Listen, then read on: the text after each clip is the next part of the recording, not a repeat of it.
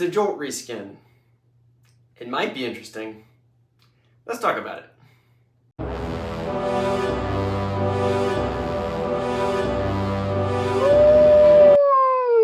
Hi guys, Hans Armory here, and just before we jump into this review, quick reminder, hit that subscribe button, hit the like button, say hi in the comments. Y'all know how to do the YouTube things.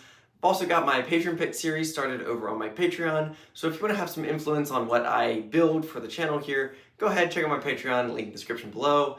We're currently building a gecko, so go check that out.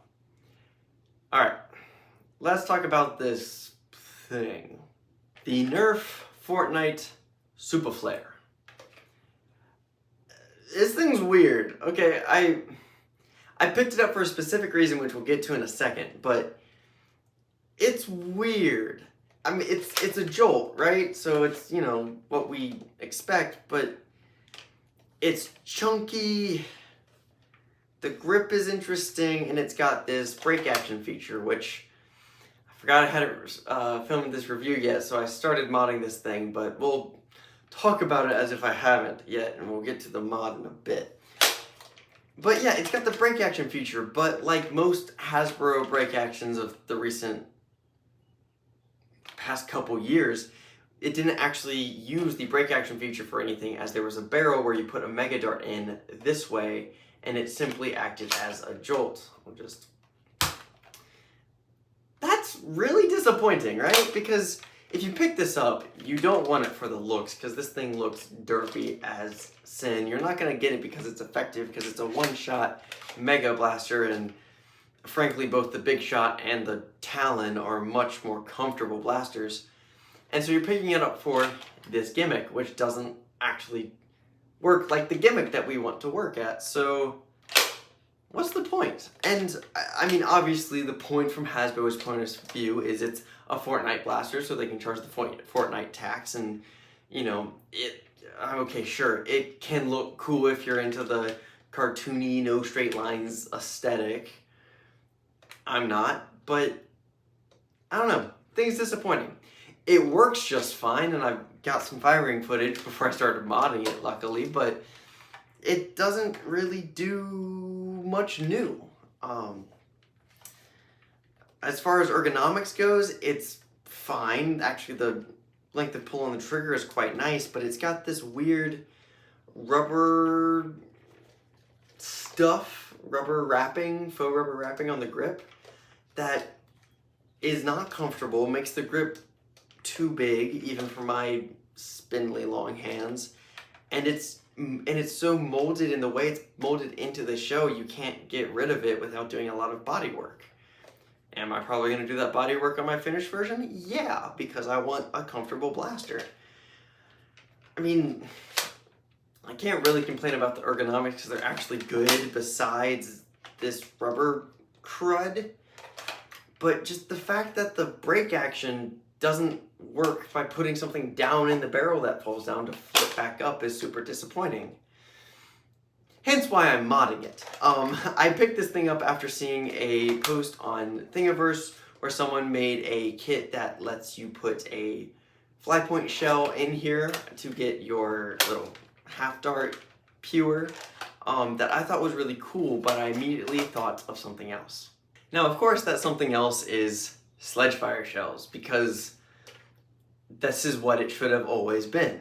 It should have always been a fat Mega Dart shell that we can shove down that barrel, flip up, and fire. And to prove this, because I have started this mod, I took the back end of the breech from that fly point mod, and it works. So yes, this is a review, and if you want a single shot Mega Blaster, I guess this could be an option. But this is more of a teaser for the mod I'm in the middle of. I'm going to make this thing take Sledgefire shells. I'm working on it. I'm trying to adapt that fly point shell kit, obviously. But my current issue is the barrel, and this is where I want your help. The barrel here is a single, well, not a single piece, but is a solvent molded piece together. I need some help figuring out how to, one, open it up so I can clear out enough space for a Sledgefire, or not Sledge Fire, Spring Thunder. Did I say Sledge Fire? I need some help figuring out how to split apart this barrel section so I can get a...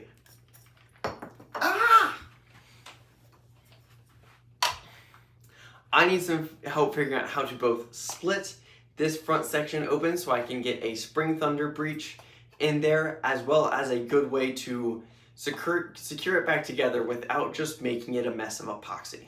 So, give me suggestions in the comments of how you would go about this, and I guess let me know what you think about this blaster. Is it good enough on its own? I saw, I think it was Maritime Phone modded his so that it still uses the same push-in system, but it does Mega XL. Is that worthwhile? Is that something y'all would want to see me play around with?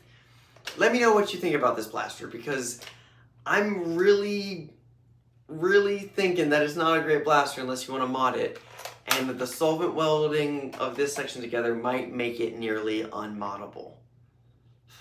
Sorry for the downer video. Give me your thoughts in the comments. I want to make this thing better, because this thing is cool, right? It's got the gimmick so many of us like, so let's make it better. Hi guys, thank you for watching to the end of my video. If you're still here and haven't already, hit that subscribe button, leave me a like and say hi in the comments. You know all the YouTube things. I do have my Patreon Pick series starting up over on my Patreon, so if you want to talk about what you think I should build this gecko as, or just want to take place in the next build, go check out my Patreon. There is a description there's a link in the description below, not a description in the link below. You guys know what I mean. Thank you all so much for watching my video. I'll see you all next time.